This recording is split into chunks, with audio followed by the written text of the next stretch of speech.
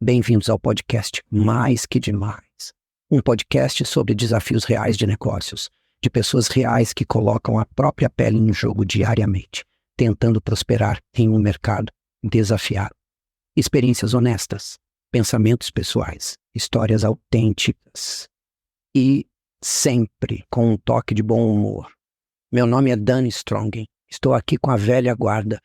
Junte-se a nós e faça parte dessa conversa.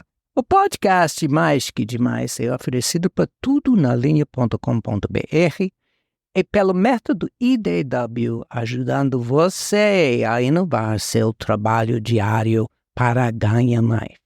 Ter um negócio já exige muito. Imagine ser parceiros na vida, nos negócios, na criação de filhos e ainda ser bem-sucedido em tudo isso. Hoje, nossos convidados são Márcia Araújo e Falco Bonfadini, proprietários da Galeria do Queijo, uma loja espetacular no bairro da Saúde em São Paulo, localizado dentro do Sacalão de Imigrantes. Eles estão aqui para falar sobre o tema Juntos no Amor e no Lucro. Bem-vindo, Márcia e Falco. Bom dia, Dan, tudo bem? Contar um pouco da nossa história aqui para você. Bom dia, meu querido Dan. Prazer estar aqui com você, meu amigo. Vamos começar no início, tá? A Márcia se apaixonou por mim. Vai, Márcia, conta o resto da história. a gente era só amigo, né? Sim, só amigos. Eu acrescento aqui dizendo que pra gente foi assim, quando a gente começou a namorar, cada um tinha a sua profissão tal, e quando a gente resolveu abrir um negócio junto, a gente foi visitar uma feira de negócios, lá a gente achou essa Sul Mineira.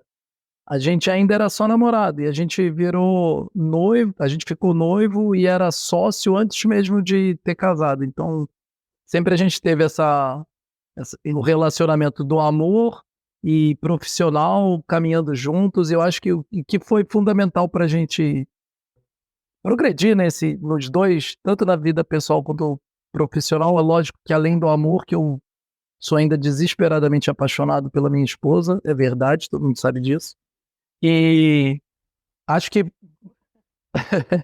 mais importante de tudo mesmo, além do amor, é o respeito que a gente sempre teve um pelo outro. Então, qualquer discussão que a gente tenha, qualquer dúvida que a gente tenha, qualquer divergência que a gente tenha, sempre foi resolvida com muito respeito.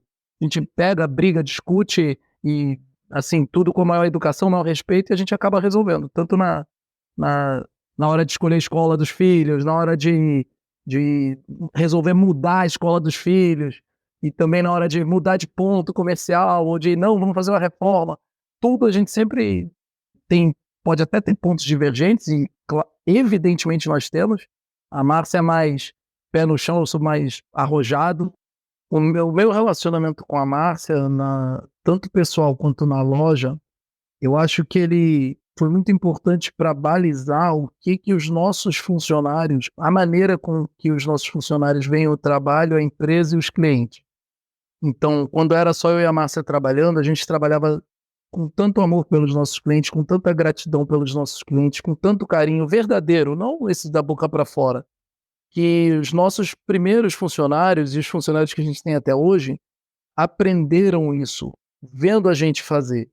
Então, a gente não tem na parede da Galeria do Queijo missão, visão e valores. Não tem isso lá na Galeria do Queijo, não. Eles têm eu e a Márcia.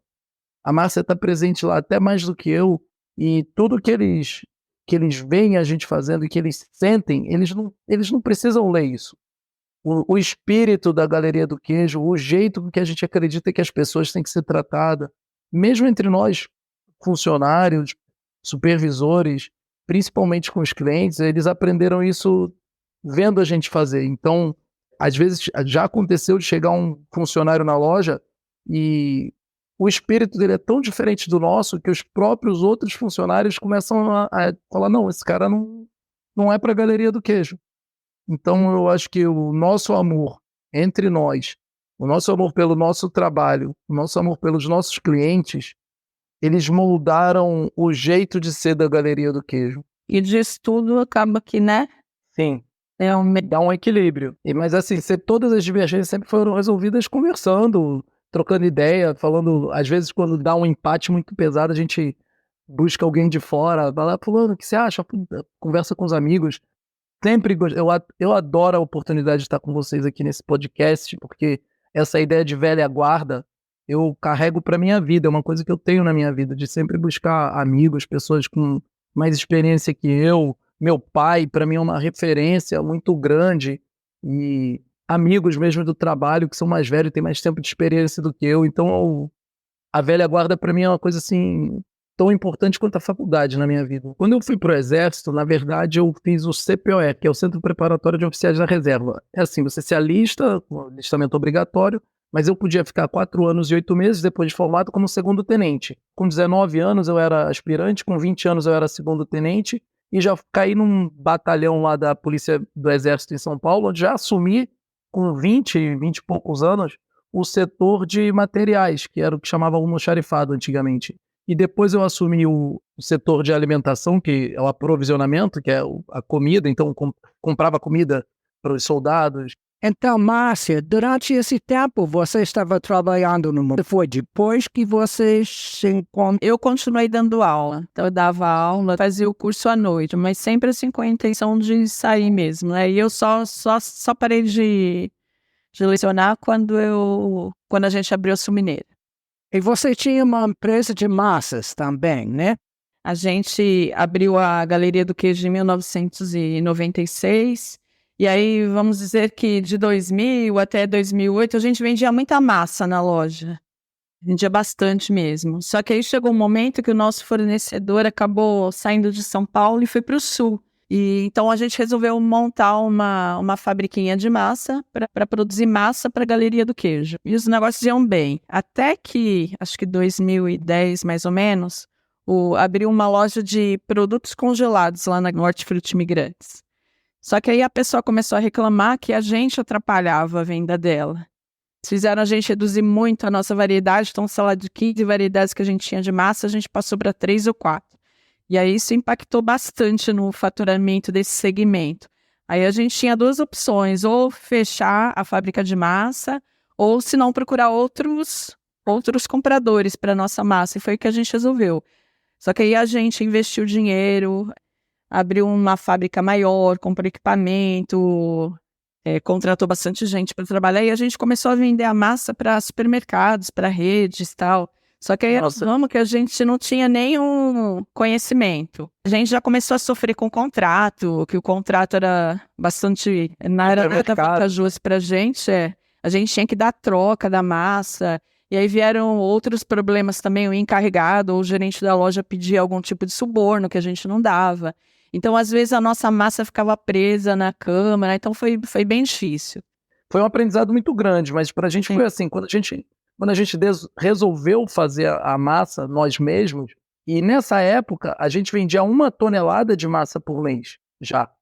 Então a gente falou, fizemos a conta e falou, não, a gente pode abrir e fazer massa só para nós, não precisa nem abrir a porta. Só que depois aconteceu o que a Márcia falou e a gente precisou vender para fora. Aí que, como diria Jorge Aragão, aí foi que o barraco desandou. Então, quando você fez essas decisões, então, vocês fez essas decisões juntos? Quando a gente pensou em fazer a primeira decisão, parecia que não tinha nenhum tipo de... Não tinha dúvida. A gente vendia muita massa. E aí a gente falou, poxa, o equipamento é barato. Os equipamentos para fazer é barato. A gerente de produção ficou desempregada, veio procurar a gente. A gente já conhecia ela há muitos anos. É uma pessoa super correta, super competente. A gente falou, a gente alugou uma salinha, azulejo, faz tudo de acordo com o que a vigilância pede. E a gente continuou. A gente não tem problema, porque na nossa cabeça era crescer, vai crescer. Um direcionar o outro. Isso. Já sabendo que eu ia vender, eu já sabia quanto eu vendia de massa. E aí eu vendia a massa dessa pessoa, ela que produzia. Então, para mim, era só acrescentar um negócio ao nosso, tendo mais lucro, porque eu já sabia quanto eu ia vender. Então, nessa parte não teve discussão. Quando a gente precisou dar os passos seguintes, que é, poxa, e agora? A gente não pode mais vender tudo. O que a gente vai fazer? E agora, então, a gente vai vender para fora ou vai parar? Aí a gente teve uma discussão. Então, crescer não é sempre bom, não, viu? Às vezes a gente cresce rápido demais e Verdade. é uma doideira. Isso é verdade. A pergunta que eu tenho é, durante esse tempo, quem estava cuidando das crianças? Nesse tempo, eles eram bem pequenininhos mesmo. Mas aí a gente tinha uma pessoa de confiança na fábrica que era a irmã do Falco. Então ela ajudava bastante. Mas eu lembro também de dia que o Falco teve piripaque lá, de tanto que ele trabalhava. Uma vez ele estava na fábrica e se segurando na parede lá, achou que fosse desmaiar. Foi bem corrido, Que a loja funcionava de domingo a domingo, né? Então nossos amigos, passava a gente, um casal jovem, cheio de amigos jovens, e tinha um amigo nosso que tinha um apartamento na praia, o Arita, que aliás hoje trabalha com a gente. E o pessoal passava aquele monte de amigo nosso, estamos indo pra praia, estamos indo pro Guarujá, quem vai pro Guarujá tem que pegar a rodovia dos imigrantes, é uma das opções, na verdade. E aí passava lá, comprava queijo com a gente, presunto, vocês vão lá, a gente vai tentar, a gente nunca conseguia. Nossos amigos iam pra praia, se divertiam, levavam o presunto lá e a gente não podia porque tinha que ficar trabalhando sábado e domingo. Então a gente... exigiu, né? Muita responsabilidade e tal. Mas eu acho que era uma coisa que eu sempre gostei muito de fazer. E ainda mais por eu estar com o Falco, então para mim não era muito sacrifício, não. O próximo segmento é apresentado a você por o método IDW, Oficina de Ganho Rápido. Vamos mudar de assunto para falar sobre escolhas. Aquelas que funcionam, aquelas que preferimos esquecer. Por favor, Márcia e Falco, compartilhem uma história de sucesso, um momento que vocês acertaram em cheio no caminho de trabalho juntos, no amor e no lucro. Então, acho que em primeiro lugar realmente foi a abertura da Galeria do Queijo, que a gente acho que acertou em cheio, graças a Deus. Agora, há pouco tempo, eu achei, há uns 5 anos mais ou menos, foi uma reforma que o Falco, principalmente ele quis fazer, que a gente precisava de mais espaço na loja e não tinha como aumentar. De um lado é hortifruti, do outro é uma outra loja de produtos japoneses, então para aumentar a gente ia ter que mexer com todo mundo, né? Então o Falco teve a ideia de aumentar para cima, aí nós fizemos uma câmara grande que serve de estoque e que foi um sucesso. Os clientes iam na loja, filmavam, tiravam fotografavam, então foi bem legal. Então a gente fez uma câmara que a gente precisava de mais espaço para a loja. Embaixo só não era suficiente. Então a gente aumentou esse espaço usando a parte de cima e nós fizemos uma câmara toda de vidro. Então, além da gente poder fazer ali de estoque dos nossos queijos, os clientes que passam vê todos os queijos ali, né? E dá uma repercussão muito boa. O pessoal filma, fotografa, porque fica muito queijo exposto ali. Fica bem bonito mesmo. Eu acho que a reforma foi um tiro na mosca, Dan, porque acertamos na mosca, porque a gente queria fazer ela de uma maneira que ficasse atraente para o cliente, ao mesmo tempo que fosse funcional. E acho que foi uma das decisões acertadas que a gente teve. Uma outra coisa que eu acho que foi muito importante na nossa trajetória foi decidir começar a trabalhar com queijos artesanais. Isso eu acho que foi uma mudança total, tanto na nossa loja quanto na nossa vida mesmo. Acho que a loja ganhou um propósito maior do que simplesmente comprar e vender queijo. A gente passou a ver o impacto verdadeiramente social, econômico que tinha na vida das famílias e ajudar a fundar a Comer Queijo, que é a Associação dos Queijistas do Brasil. Tudo isso eu acho que decorreu dessa decisão de começar a trabalhar com... Eu acho que esse foi um momento também, assim, tiro na mosca mesmo. Para pessoas escutando para podcast, gente, eu não sei vocês, mas eu tenho água na boca. Eu quero ir para a Galeria de Queijo. A maioria dos podcasts de negócios fala apenas sobre sucesso. Não tememos o fracasso, aprendemos com ele. E quem sabe muito, falhou muito. Todos nós temos histórias de coisas que tentamos e não deram certo. Alguns dolorosos no momento que, com o tempo, ficam menos dolorosos, até que, olhando para trás, nós perguntamos, o que nós fomos pensando? Márcia Falco, vocês poderiam compartilhar um tiro no pé de vocês? fábrica de massa, e ela foi talvez assim o maior tiro no pé que a gente deu. Não pelo início, mas pela decisão de começar a vender para outros clientes. Esse foi um tiro no pé grande. Mas às vezes a gente acha que está mais experiente, e na verdade a gente está mesmo mais experiente, mas a gente ainda acaba cometendo erros. E a Galeria do Queijo é uma loja que estão todos convidados a conhecer, mas quem vai lá fica impressionado com a quantidade de queijo que a gente vende, a loja está sempre cheia, e as pessoas chegam sempre. É muito comum aparecer alguém e perguntar: por que vocês não abrem outra loja? Por que vocês não abrem uma franquia? E às vezes chega alguém com proposta mesmo para fazer isso. E aí, não faz muito tempo atrás, eu falei: gente, a gente pode testar de um jeito barato isso, Márcia. Um amigo nosso que tem uma patisserie em São Paulo convidou a gente para montar uma geladeira lá. E essa geladeira, na minha cabeça, eu falei: bom, vou colocar uma geladeira lá, fizemos toda uma adesivagem, colocamos todas umas plaquinhas com storytelling de cada queijo. Isso tem 1 ano, acho, não tem isso tudo. Então a gente já tinha bastante experiência e eu fiz isso achando que, bom, eu vou comprar, vou vender lá e quem sabe isso é um modelo que depois eu posso usar para outros lugares. O cara tem uma padaria artesanal, quer colocar queijo, pode colocar a geladeira da Galeria do Queijo. Mas foi um erro. A gente não conseguiu fazer funcionar, a gente não conseguiu fazer a margem encaixar. E hoje eu até faria diferente, que serviu de aprendizado, né? Mas esse também foi um erro que a gente cometeu e por minha causa, né? Eu que queria fazer isso. A Márcia é mais conservadora. Eu vou falar: pra que vai dar trabalho? Vai dar isso que vai dar certo. Eu achava que não valia a pena ter esse trabalho extra mesmo. Prefiro ficar esse tempo lá na Galeria do Queijo mesmo. E na minha cabeça não, na minha cabeça era um passo que eu podia dar sem ter um trabalho muito grande, sem um investimento muito grande e que eu poderia replicar. Tá gostando do podcast? Eu espero. Esse sim, por que não compartilhe com seus amigos e camaradas de trabalho, e curte, e seguir-nos, e se você subscrever, você vai ganhar um curso, mesmo curso que eu estou dando para nossos convidados, sobre gestão de tempo, o melhor curso que eu vi, porque eu vi todos eles quando eu estava escrevendo ele, chamada Tempo ao Seu Favor. Agora, mudar para mais um que chamamos a Velha Guarda. A Velha Guarda, membros de Método IDW, negociantes super experiente, carinhoso e inteligente. Começando com o grande Rodrigo Castro, que está falando conosco do Dubai. Alô, Rodrigo, tudo bem?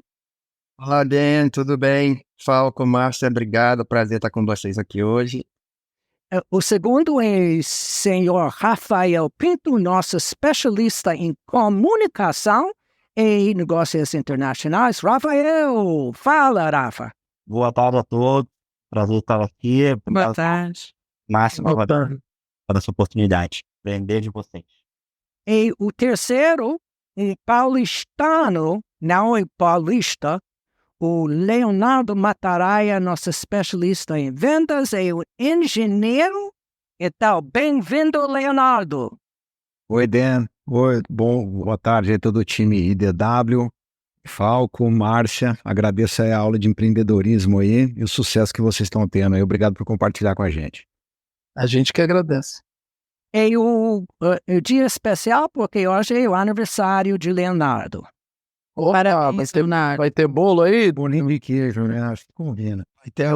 Vai ter um cheesecake, hein? Cheesecake hoje, hein? Ah, cheesecake, perfeito. Tenho uma perguntinha para vocês, Falco e Márcia. Vou puxar a sardinha aqui, eu vou puxar o queijo aqui para o meu lado um pouquinho, nessa área de inovação, tecnologia, empreendedorismo, né?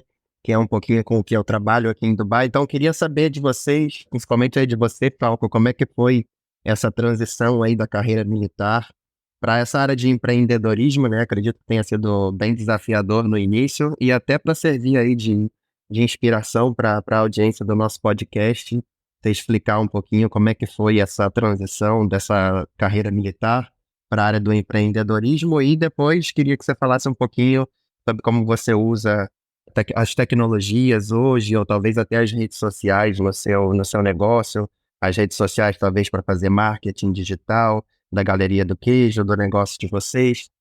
Bom, legal, Rodrigo. Assim, como eu falei, eu não poderia ficar muito tempo como militar. Poderia ficar 4 anos e 8 meses no máximo, porque eu era oficial temporário. E eu sabia que ia sair de lá, eu ia ter que fazer uma outra coisa. Naquela época, nós estamos falando de 90 e pouco, 1995, sei lá, 93. Nossos amigos da faculdade e para nós, a grande carreira seria procurar trabalhar num grande banco, numa grande corporação. E na minha cabeça eu achava que não era por ali que eu tinha que ir. Eu sempre tive mais vontade de empreender. E aí eu convidei a Márcia, a gente foi na feira de negócios e acabou achando um negócio para a gente trabalhar. A minha transição foi um pouco assim, eu diria que foi um pouco natural, porque eu sempre encarei o meu trabalho no Exército como se eu fosse, não, eu era responsável por um setor e aquilo ali para mim funcionava mais ou menos como uma empresa dentro do batalhão. Então eu procurava cuidar do estoque direitinho para não ter excesso, procurava, principalmente quando eu assumia a parte do rancho, né, que a gente chama, que é suprimentos, que é a alimentação do quartel, é o restaurante do quartel. Então eu sempre procurei controlar aquilo ali de uma maneira eficiente, estoque, é lógico que não tinha parte de venda. Aí a gente foi começar trabalhar com empreender, eu digo que a gente podia ter escolhido qualquer outra coisa e a gente escolheu o queijo, mas a gente trabalhou com muita, é uma coisa que eu gostaria de falar para vocês, a gente trabalhou sempre com muito profissionalismo, com muita seriedade, a gente foi crescendo, fazendo isso e tal, mas a experiência da administração do Exército foi importante para mim, mas também o ambiente militar foi importante para mim, que se eu saía com os soldados para algum lugar e estava todo mundo falando assim, respeita a instituição que você está representando. E isso eu sempre carreguei para toda a minha vida. A mesma coisa, questão de prestação de contas e de ter que estar atento a essas parte burocrática de, tô lidando com uma coisa que não é minha, tô lidando com um capital que não é meu, tenho que conferir, tenho que levar isso a sério, tenho que fazer todo mundo que está aqui entender isso. E a outra coisa que é importante do Exército, eu acho mesmo é disciplina, hierarquia. Tudo isso eu levei para minha vida, mas também sempre de uma maneira muito leve. Eu nunca fui aquele militar que, manda pra cadeia, não. Eu sabia que eu precisava controlar a minha equipe, mas eu sempre busquei levar isso mais pro lado da motivação e do respeito do que da pressão. E eu acho que tudo isso serviu para mim também para a loja. Eu trabalhava aquilo, para mim era um negócio, mas aí quando a gente começou a trabalhar com queijos artesanais, aquilo ali para mim transcendeu, passou a ser uma paixão, uma coisa que uma missão mesmo. Então isso também eu acho que foi muito importante para nossa carreira. Com relação à tecnologia, o que a gente mais usa, bom, a gente tem um software de gestão que todo mundo precisa ter, porque a nossa empresa não está mais no Simples Nacional, então seria uma loucura a gente tentar controlar imposto. Cada ficha de produto que a gente preenche tem que colocar 7 ou 9 itens relacionados a imposto em cada produto. Então, sem essa tecnologia de controle, esse ERP que a gente tem que ter lá, seria impossível controlar. Mas eu ainda confio muito na minha planilhinha de Excel, que minha cunhada, que trabalha com a gente, irmã da Márcia, montou pra gente. E, para ser sincero, eu acho que ela funciona tão bem ou melhor do que o meu software para controlar as coisas, para planejar as decisões, as nossas tomadas de decisões. E com relação às redes sociais, a gente trabalha bastante assim no Instagram, mas sempre de maneira orgânica. A gente muito dificilmente impulsiona alguma coisa, eu nem sei impulsionar, toda vez que eu preciso fazer, e foram umas 4 vezes eu precisei de ajuda. E a gente acredita que colocar o conteúdo assim mais natural do dia a dia, o que está acontecendo, sempre para nós funcionou mais do que vamos cuidar de iluminação e fazer. Não, para a gente é mais liga, fala o que está sentindo, faz ali aquele negócio na hora e sempre funcionou bem. E na pandemia, a gente, pela primeira vez, a loja tem um fluxo de clientes muito bom, que a gente está dentro de um hortifruti que tem muitos clientes. A gente tem dentro do Hortifruti 300 vagas de estacionamento. Então o Hortifruti gera um fluxo que, por um lado, sempre deixou a gente confortável ali, de não precisar vender para fora, buscar outros meios de venda. Então a gente nunca tinha se esforçado para fazer uma entrega, por exemplo. E aí na pandemia a gente precisou, o Sacolão não fechou nem um dia, mas as pessoas não saíam de casa, então a gente precisou trabalhar a venda. Então a gente usou aqui eu quero fazer um parêntese, que o Dan estava com a gente, ele é assessor da nossa associação, que é Comer Queijo, e a gente estava todo mundo com uma situação muito complicada, e a gente, sob a liderança do Daniel Strong, ele montou um grupo, assim, no auge da pandemia mesmo, onde ele distribuiu, a gente juntou os comerciantes do Brasil ali na nossa associação, e cada um testou uma maneira de sobreviver, de venda para sobreviver. Então, um foi testar o WhatsApp, o outro foi montar um site, o outro foi tentar vender de porta em porta nos condomínios, e todo mundo trazia, o nosso compromisso era testar e trazer o resultado daquela ação para dividir com o grupo. E isso foi tão importante porque a gente acabou descobrindo que um amigo nosso que gastou 20 e poucos mil reais num site conseguiu um resultado muito inferior ao outro que começou a fazer a lista de transmissão no WhatsApp. Então, o que a gente pôde compartilhar naquele momento super difícil, a experiência um do outro que estava acontecendo. E aí, nós aqui na Galeria do Queijo focamos no WhatsApp. E começamos a fazer venda pelo WhatsApp. E, lógico, depois passou a pandemia, o pessoal estava ávido por voltar a poder frequentar os lugares. Então, a nossa venda pelo WhatsApp diminuiu, mas continua sendo hoje uma ferramenta importante de venda para nós. Aí, perfeito, muito legal saber que a tecnologia ajudou vocês, né, a enfrentar esse momento difícil da pandemia aí. E já que você falou de venda, vou passar a bola agora para o Leonardo, que eu acho que ele tem algumas perguntas interessantes aí nessa área de vendas para vocês. Rodrigo, obrigado. Obrigado, pessoal, pela oportunidade. Bem, e a toda a associação, essa estratégia que vocês montaram aí para validar o melhor meio de venda durante a pandemia é monstro. Parabéns aí. Fico contente aí de saber como vocês atuaram. Obrigado novamente por vocês compartilharem, que vocês deram uma aula aí de empreendedorismo, mostrando os desafios que vai motivar todos os outros empreendedores que no futuro vão estar escutando esse podcast. Tem algumas coisas que eu acho que é muito valiosa a gente comentar, porque para fixar na mente de todo empreendedor, que são pontos fortes de qualquer tipo de negócio, que nem quando vocês comentam dos pontos de vendas, dos mix de produtos. Uma coisa que até nós, como IDW, a gente trabalha no módulo 1, para analisar o melhor mix de produto que está sendo rentável para a empresa. Vocês trabalharam isso aí com perfeição, participação de feira, comunicação dos decisores. Vocês dois aí demonstram aí que tem uma complementariedade muito grande nas decisões. E um, sendo mais arrojado e outro mais seguro, faz o melhor tipo estereótipo de liderança. E outra coisa, quando vocês comentam que nem o Falco comentou da geladeira para a venda do queijo, para atingir maior capilaridade, distribuição em ponto de venda, isso é um MVP, isso é estratégico para o negócio e realmente isso provendo uma inovação, que toda inovação tem riscos, mas é importante tentar para poder evoluir e participando de associações como vocês criaram, vocês vão se tornando referência no ramo e no segmento e assim vai gerando valor mais agregado para o teu negócio e entender o ecossistema. Então, realmente, vocês deram uma aula para nós, para os outros empreendedores. Agora eu vou fazer uma perguntinha simples. Eu queria que vocês contassem algum case, o que deu certo. Se você está gostando do nosso podcast, por favor, curte, seguir nós, compartilhe o podcast. E se você subscrever aqui na página no nosso website, tudo no linha.com.br ou na página do podcast, você vai ganhar o curso Tempo ao seu favor, o melhor curso sobre como usar priorização para gerenciar seu tempo melhor. Pode ser alguma parceria que vocês fizeram, alguma degustação ou divulgação em alguns canais. Quer falar, Márcia? Que eu falo? Não pode falar. Uma coisa que a gente faz sempre na loja, que é impressionante o resultado que tem, é a degustação. Parece óbvio que todo mundo faz, mas a gente sempre fez isso de uma maneira bem pontual, sabe? Eu acho que é muito bacana o resultado que a gente consegue.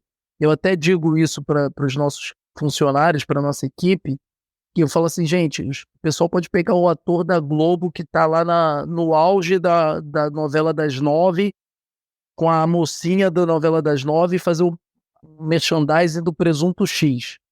Se ele chega aqui na loja e a gente aqui no nosso balcão pega o presunto Y, fala do presunto Y e dá para o cliente presunto Y, explicando o que é o presunto Y, o cara da Globo não vai bater a gente. Porque eu acho que o ponto de venda tem uma força, e essa relação que a gente tem com os clientes tem uma força tão grande que a degustação, para nós, a gente faz toda quinta, sexta e sábado degustação na loja. E toda vez a gente coloca esse produto entre ou o mais vendido ou os 3 mais vendidos da loja. Sabendo que a gente tem na mão, na manga, algumas estratégias para o que colocar nessa degustação, a gente pode tanto optar por colocar um produto que já está entre os nossos mais vendidos, e não só mais vendidos, mas os que deixam maior lucro.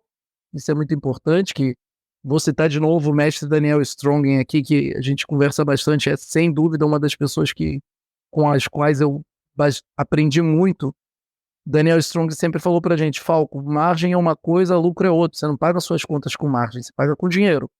Então a gente sempre tem mais ou menos controladinho quais os itens que deixam dinheiro pra gente e não margem.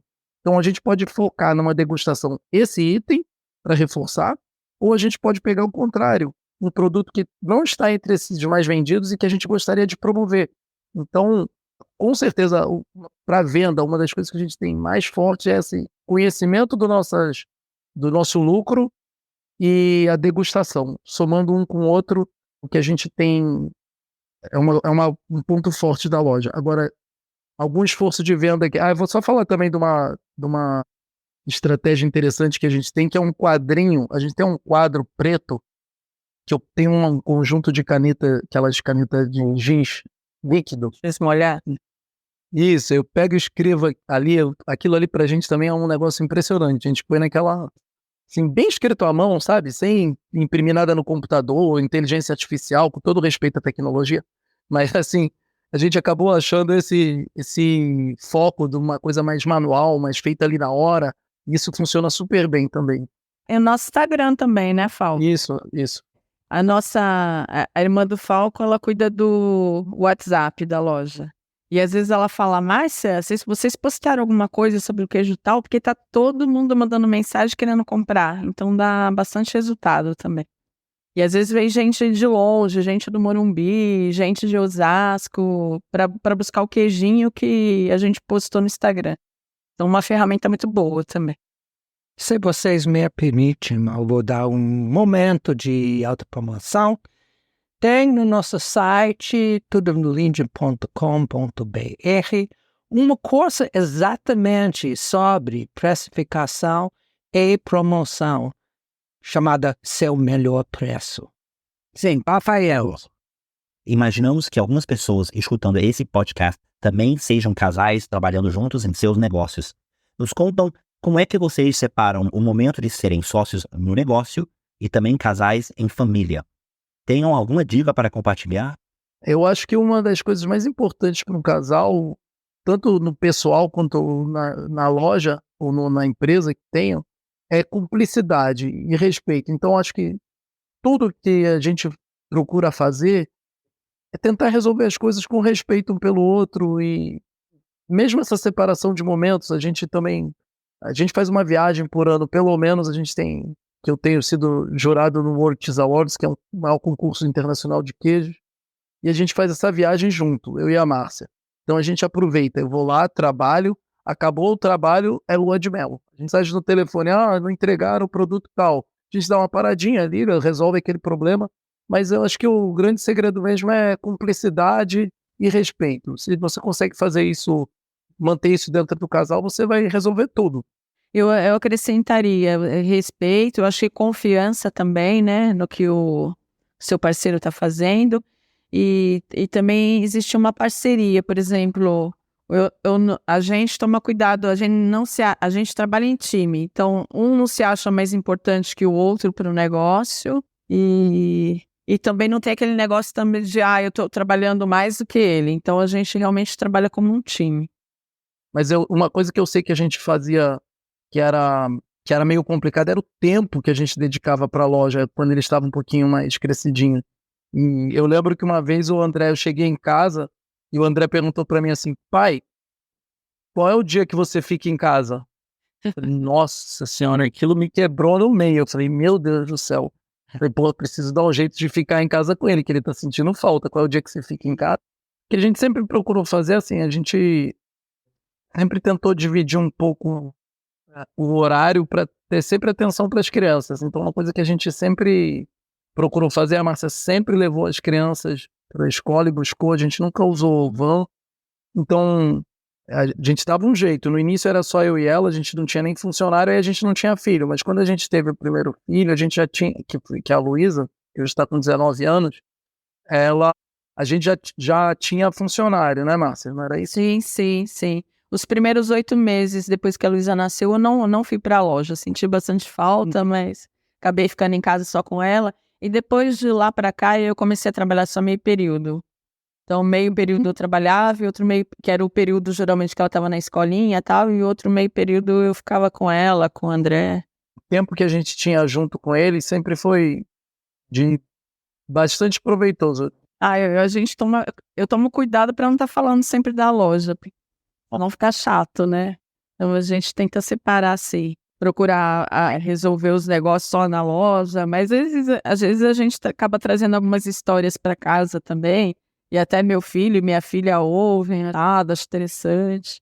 Mas a gente toma cuidado para dividir, sim. Verdade. Muito importante. Perfeito, obrigado. Fantástico. Gente, escutando, visite na loja deles, é espetacular. O endereço e mais informação está na página de podcast. E obrigado aos meus parceiros com Ginga, Rafael, Rodrigo, Leonardo e, infelizmente, Roger the Dodger. Rogério não pode ficar com nós porque ele está no sul com problemas de água. Isso é a velha guarda do método IDW. Muitas vezes, as discussões sobre trabalho focam em produtividade, eficiência e resultados financeiros. O amor, uma emoção pessoal e profunda, pode parecer fora de lugar nessas discussões.